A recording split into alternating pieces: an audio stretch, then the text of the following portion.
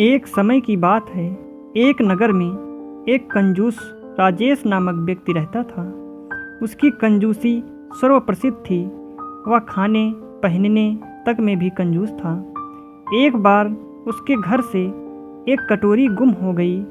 इसी कटोरी के दुख में राजेश ने 3 दिन तक कुछ न खाया।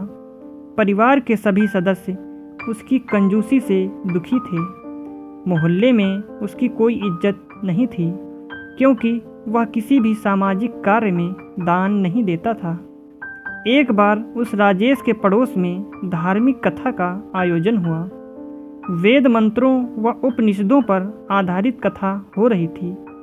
राजेश को सद्बुद्धि आई तो वह भी कथा सुनने के लिए सत्संग में पहुंच गया।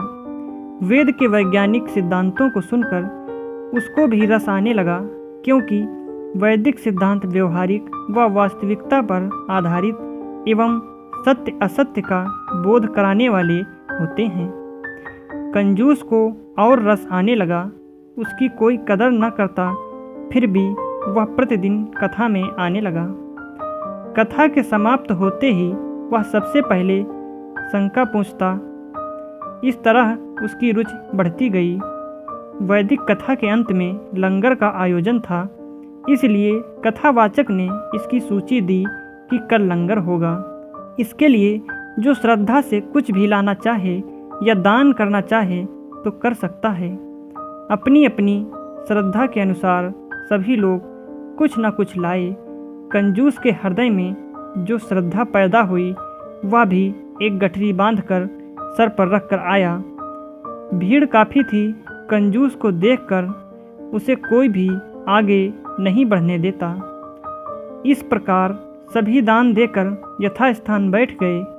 अब कंजूस की बारी आई तो सभी लोग उसे देख रहे थे।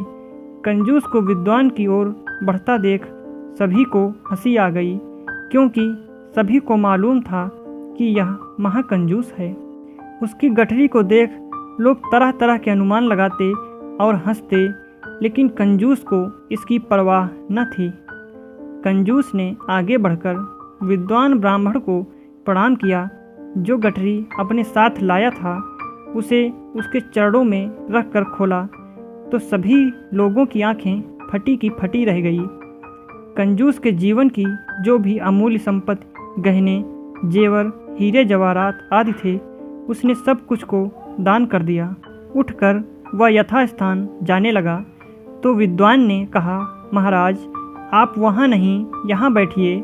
कंजूस बोला, पंडित जी यह मेरा आदर नहीं है, यह तो मेरे धन का आदर है, अन्यथा मैं तो रोज आता था और यहीं पर बैठता था, तब मुझे कोई न पूछता था। ब्राह्मण बोला, नहीं महाराज, यह आपके धन का आदर नहीं है, बल्कि आपके महान त्याग का आदर है।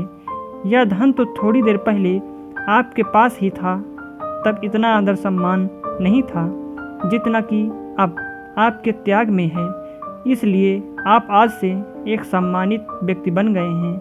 अगर आपको हमारी यह कहानी अच्छी लगी तो लाइक और शेयर ज़रूर करें, और ऐसी ही कहानियाँ सुनने के लिए हमारे चैनल को सब्सक्राइब करना बिल्कुल ना भूलें।